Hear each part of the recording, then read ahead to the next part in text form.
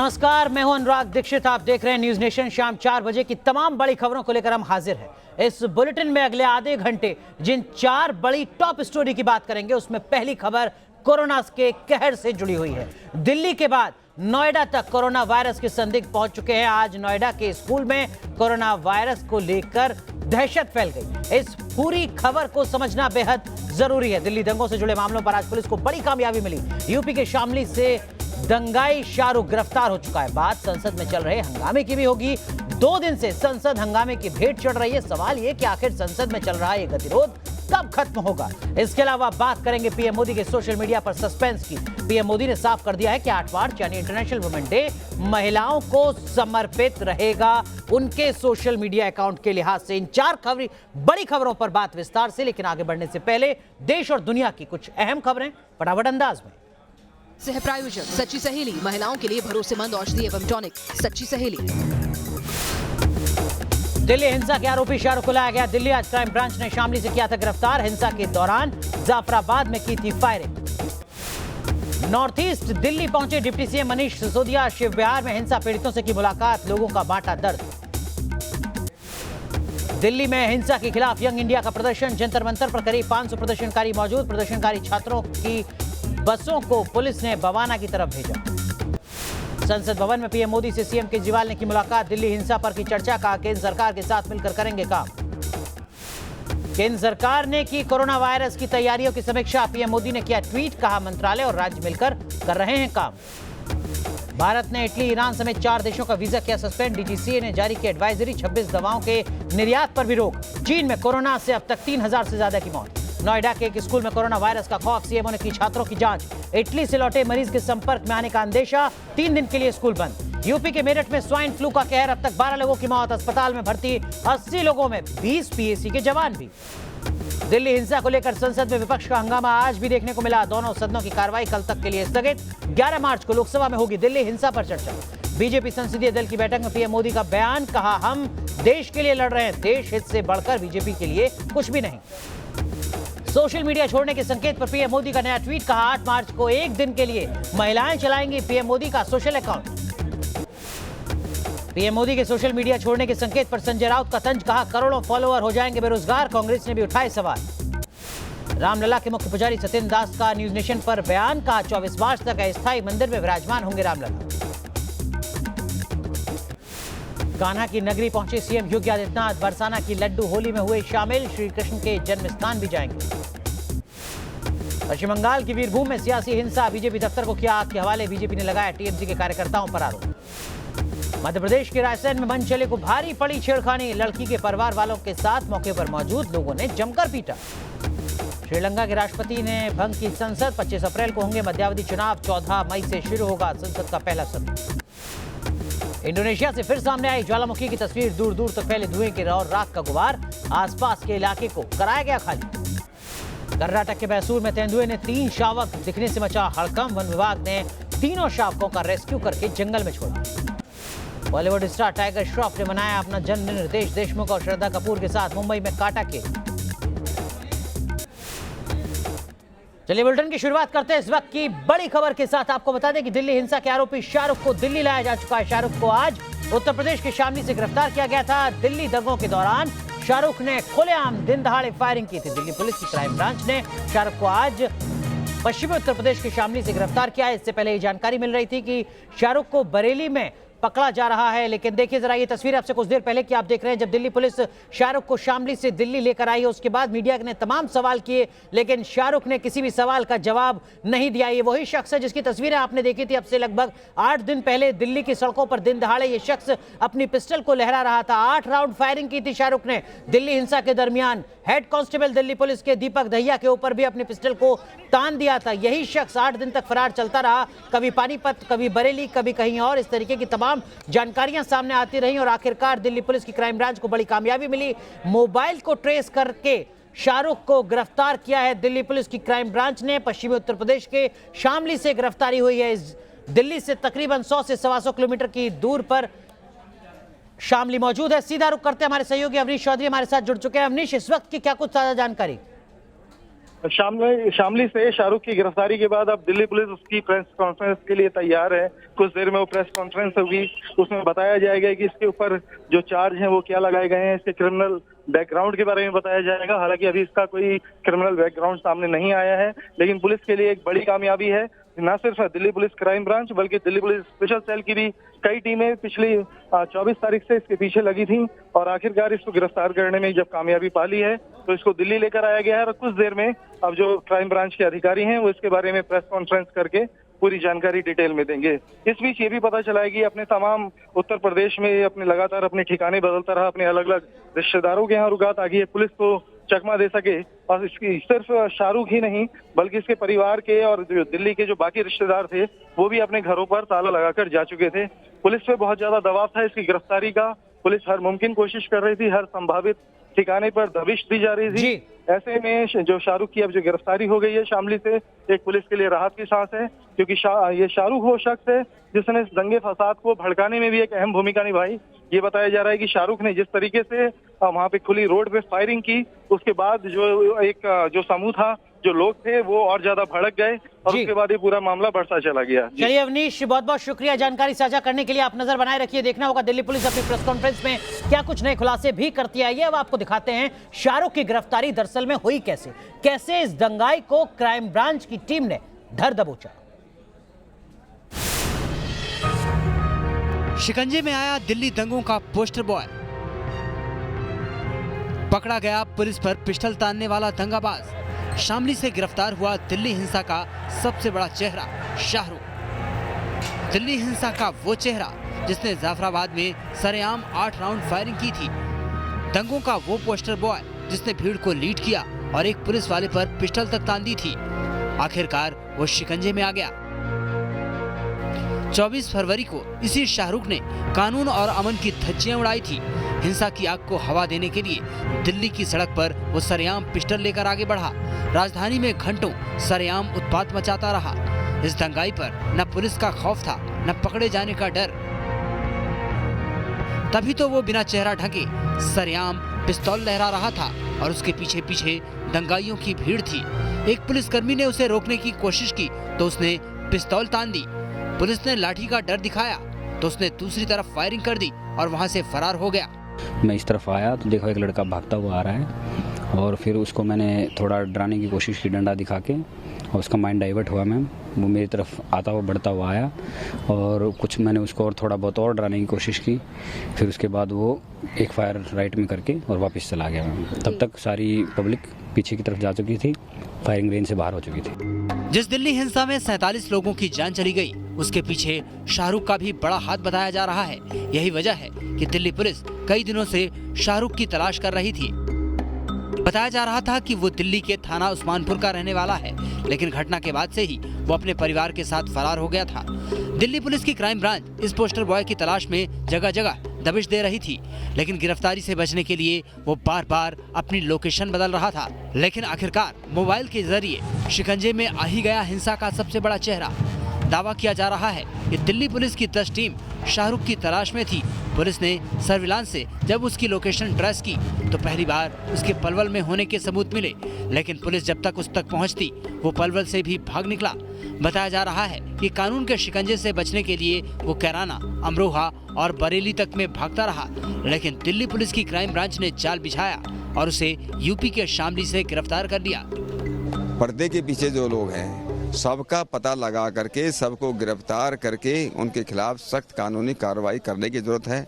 लोगों को मालूम होना चाहिए जो काम ऐसा करेगा वो जिंदगी में याद रखे। इस प्रकार का काम पुलिस को करना चाहिए। शाहरुख के पिता साबिर का भी क्रिमिनल रिकॉर्ड रहा है, लेकिन शाहरुख तो उनसे भी कई कदम आगे बढ़ गया और दिल्ली को हिंसा की आग में झोंकने में शामिल हो गया। पुलिस अब शाहरुख से पूछताछ करेगी और खुलासा करेगी कि हिंसा के इस पोस्टर बॉय के पीछे क्या और किसी का हाथ है और कैसे इसने दिल्ली में दहशत फैलाने की प्लानिंग रची थी। दिल्ली से रुमानुल्लाह खान के साथ टीम न्यूज़ नेशन। तो यहां पर शाहरुख की गिरफ्तारी यकीनन राहत की खबर है, लेकिन अगली खबर जो हम आपको बता रहे हैं वो वाकई डराने वाली है। कोरोना वायरस का अलर्ट नोएडा के 2 स्कूलों में जारी किया गया है, जिसके चलते नोएडा के 2 स्कूलों को बंद करना पड़ा है। दोनों स्कूलों को एहतियात के तौर पर बंद किया गया है। दोनों स्कूलों में बोर्ड की परीक्षाएं होंगी। एक स्कूल 3 दिन के लिए बंद किया गया। आपको बता दें कि पीड़ित के परिजनों के संपर्क में स्कूली छात्र आए थे, जिसके बाद स्वास्थ्य विभाग की टीम के साथ सीएमओ ने तमाम जो जगह है और जो तमाम प्रभावित लोग हो सकते हैं उनकी जांच की है।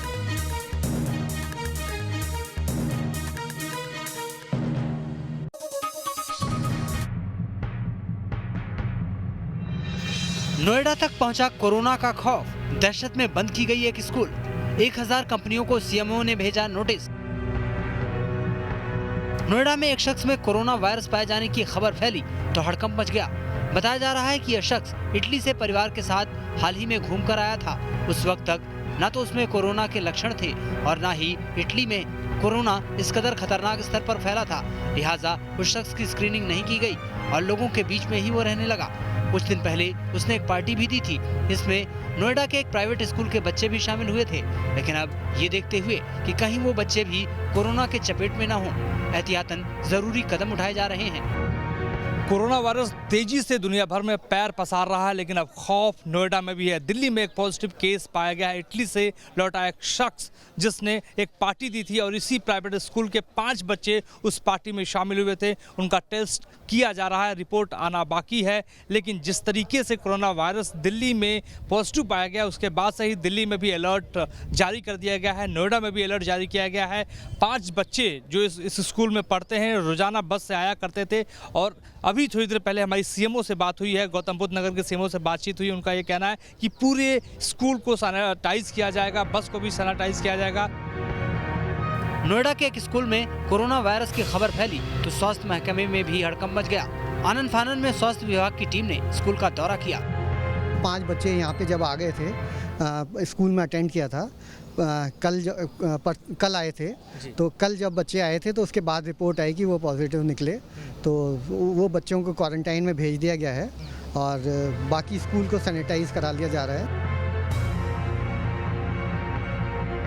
फिलहाल नोएडा के उस नामी स्कूल को एहतियातन बंद कर दिया गया है। स्कूल बंद होने से छात्रों की परीक्षाएं भी टल गई हैं। स्वास्थ्य विभाग की टीम नजर बनाए हुए है और कोरोना संदिग्ध छात्रों की जांच की जा रही है। साथ ही ईरान, सिंगापुर और चीन समेत 13 देशों से लौटने वाले लोगों की स्क्रीनिंग का आदेश दिया गया है। नोएडा से मोहित दुबे के साथ टीम न्यूज़ नेशन। और इस बीच कोरोना वायरस पर पीएम नरेंद्र मोदी ने समीक्षा बैठक की। आपको बता दें कि सभी विभाग और मंत्रालय मिलकर काम कर रहे हैं। ये जानकारी खुद प्रधानमंत्री नरेंद्र मोदी ने साझा की है। पीएम मोदी ने सोशल मीडिया पर ट्वीट करके ये तमाम जानकारियां बताई हैं। भारत आए लोगों की स्क्रीनिंग की जा रही है, संदिग्ध मरीजों का इलाज किया जा रहा है। आपको बता दें कि भारत में अब तक कोरोना के 5 मरीजों की पुष्टि हुई है, जिसके बाद अब समीक्षा बैठकों का दौर लगातार चल रहा है। एक तरफ जहां खुद प्रधानमंत्री नरेंद्र मोदी ने ट्वीट करके अपनी बैठकों की जानकारी दी, वहीं दूसरी तरफ दिल्ली में भी अरविंद केजरीवाल के स्तर पर एक उच्च स्तरीय बैठक की जा रही है। लेकिन जो अगली खबर हम आपको दे रहे हैं वो उत्तर प्रदेश से जुड़ी है। नोएडा के बारे में हमने आपको बताया, लेकिन उत्तर प्रदेश में कोरोना वायरस के 6 लोग पॉजिटिव पाए गए हैं। इस वक्त की बड़ी खबर हम आपको बता रहे हैं। उत्तर प्रदेश जहां पर कोरोना वायरस की दस्तक नजर आ रही है, 6 मरीज पॉजिटिव पाए गए हैं। उत्तर प्रदेश के जो स्वास्थ्य मंत्री हैं उन्होंने ये जानकारी दी है। कुल 13 लोगों के सैंपल लिए गए थे, 7 लोगों में कोरोना वायरस नहीं मिला है, 6 लोगों में कोरोना वायरस पॉजिटिव पाया गया है, इस तरीके की जानकारी है। लेकिन बाकी 7 लोगों को भी आइसोलेशन में रखा गया है। 6 लोग संदिग्ध पाए गए हैं। ये जानकारी इस वक्त सामने आ रही है। उत्तर प्रदेश के स्वास्थ्य मंत्री का बयान।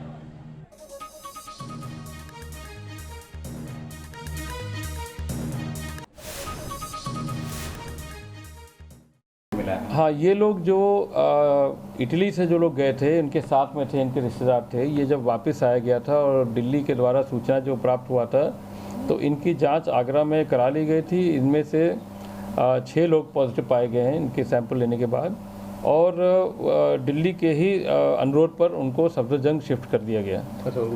सफदरजंग तुरंत आज सुबह ही हम लोग एम्बुलेंस से उनको शिफ्ट करवा दिया गया है। सर, एक नोएडा के स्कूल को भी सेंसिटाइज किया गया है। हाँ, उसमें अब जैसे आपको बताया, उसमें जो पार्टी में गए थे, तो 2 लोग पार्टी में गए थे जो उनके रिश्तेदारी या फ्रेंड सर्कल में रहे होंगे दिल्ली में।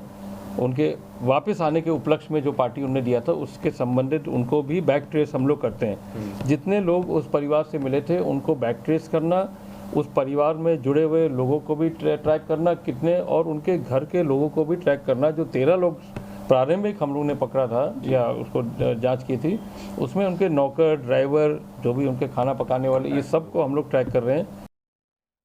और इस बीच दिल्ली के उप मुख्यमंत्री मनीष सिसोदिया आज नॉर्थ दिल्ली के हिंसा प्रभावित इलाकों में पहुंचे, पीड़ितों से मुलाकात की। शिव विहार में कई पीड़ित परिवारों से भी मनीष सिसोदिया ने मुलाकात की। तस्वीरें आप देख रहे हैं आपसे कुछ देर पहले की। दिल्ली के उप मुख्यमंत्री हैं मनीष सिसोदिया, जो पहुंचे हैं नॉर्थ ईस्ट दिल्ली के हिंसा प्रभावित इलाके में।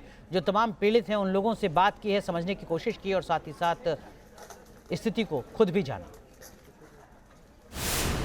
उत्तर पूर्वी दिल्ली में हुई हिंसा के जो इलाके हैं, हिंसाग्रस्त इलाके हैं, वहाँ पर मनीष सिसोदिया आप देख सकते हैं दौरा कर रहे हैं। यहाँ पर लोगों से बात कर रहे हैं लगातार कि क्या रहा, क्या हुआ था उस वक्त हादसा और अब क्या स्थिति है। राहत का काम भी हो सके इसके लिए जो अधिकारी हैं, जो दिल्ली सरकार के रिलेटेड अधिकारी हैं, वो भी यहाँ पर साथ हैं उनके।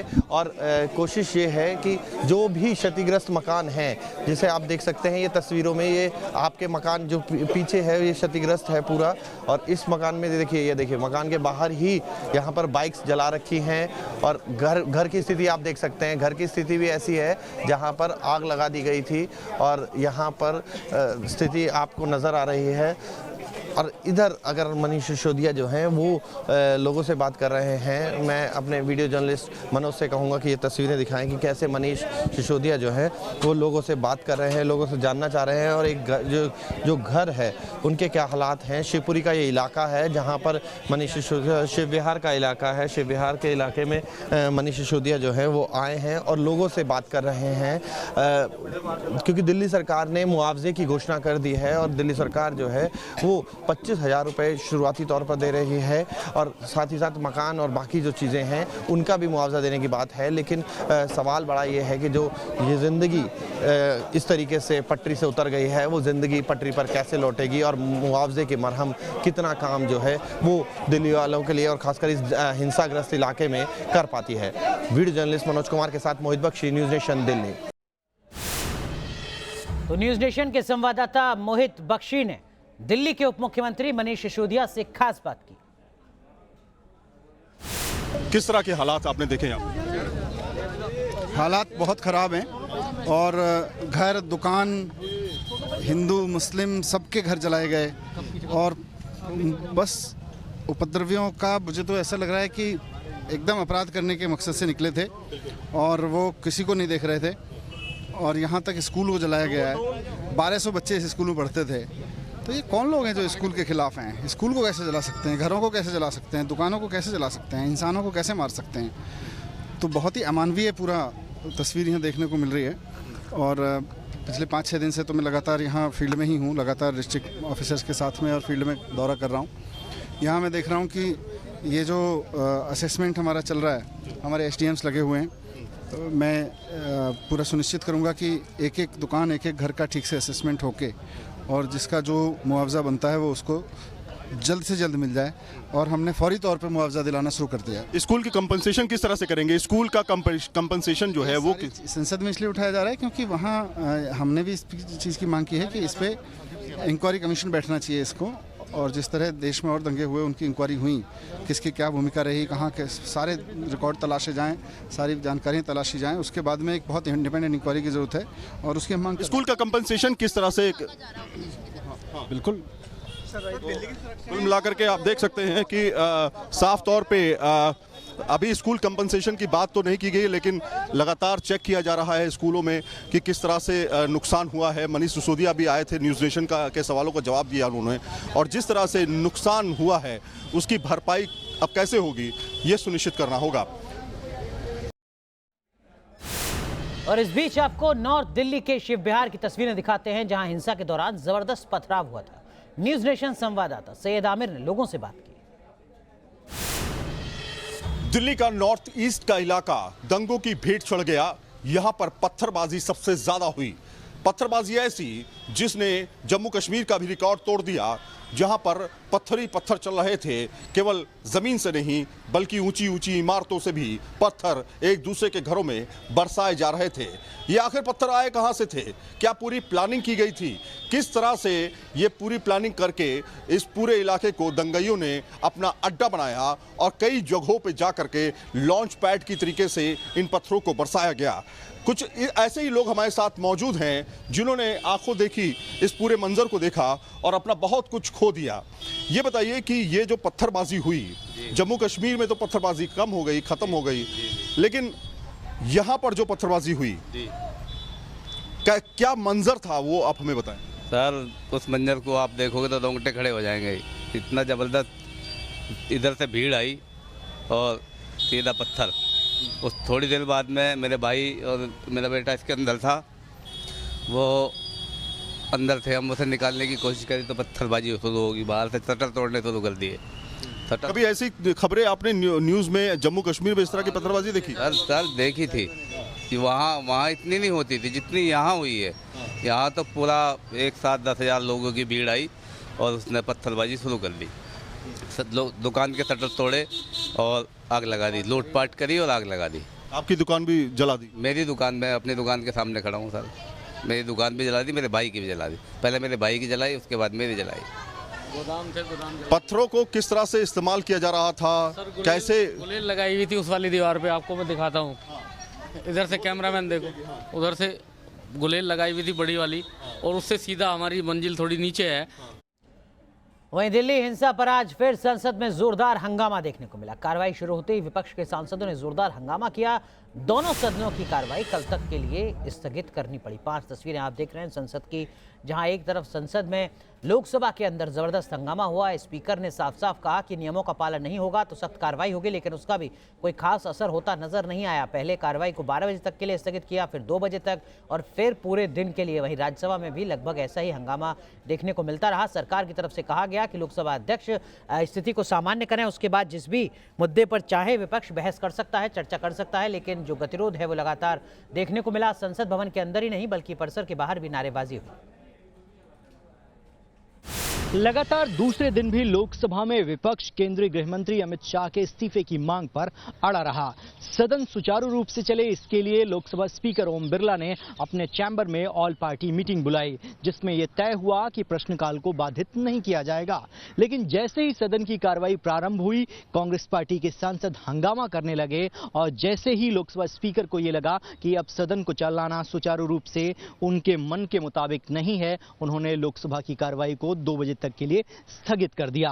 2 बजे दोबारा जब सदन की कार्रवाई प्रारंभ हुई, फिर कांग्रेस पार्टी के सांसद वेल में आ गए। हालांकि लोकसभा स्पीकर ने यह कहा कि सरकार ने यह कहा है कि वो चर्चा के लिए तैयार है, लेकिन चर्चा नियम के मुताबिक होगी और आप होली के बाद चर्चा को करा लीजिए। इस पर विपक्ष के सांसद हंगामा करने लगे और कई एक सांसदों ने कागज भी लोकसभा स्पीकर की तरफ उड़ाया। जब सदन में अव्यवस्था फैल गई तो दोबारा सदन की कार्रवाई को पूरे दिन के लिए लोकसभा स्पीकर ओम बिरला ने स्थगित कर दिया। इससे पहले लोकसभा स्पीकर ने सख्त लहजे में कहा कि जो भी सांसद अपने स्थान से हटकर दूसरे स्थान पर जाकर सदन की गरिमा को और कार्यवाही को बाधित करेगा, उनके खिलाफ एक्शन लिया जाएगा और अब से सदन के अंदर प्ले कार्ड को वो अलाउ नहीं करेंगे। अगर कोई सांसद इस बात को नहीं मानता है तो उसे पूरे सत्र से निलंबित भी किया जा सकता है। वीडियो जर्नलिस्ट विकास के साथ रविकांत राय, न्यूज नेशन, दिल्ली। और अब बात उस सस्पेंस की जिसे खुद पीएम मोदी ने क्रिएट किया था, वो ये कि सोशल मीडिया से क्या वाकई पीएम मोदी दूर जाने वाले हैं। इस बात से पर्दा खुद पीएम मोदी ने उठा दिया है। पीएम मोदी का ट्विटर की कमान 8 मार्च को महिलाएं संभालेंगी ट्वीट किया है। जी हां, पीएम मोदी ने ट्वीट करके इस बात की जानकारी दी। रविवार 8 मार्च को महिला दिवस के मौके पर पीएम मोदी का ट्विटर, फेसबुक और इंस्टाग्राम महिलाएं चलाएंगी। पीएम मोदी ने कहा है कि मैं उन महिलाओं को सोशल मीडिया की कमान दूंगा जिन्होंने हमें प्रेरित किया है।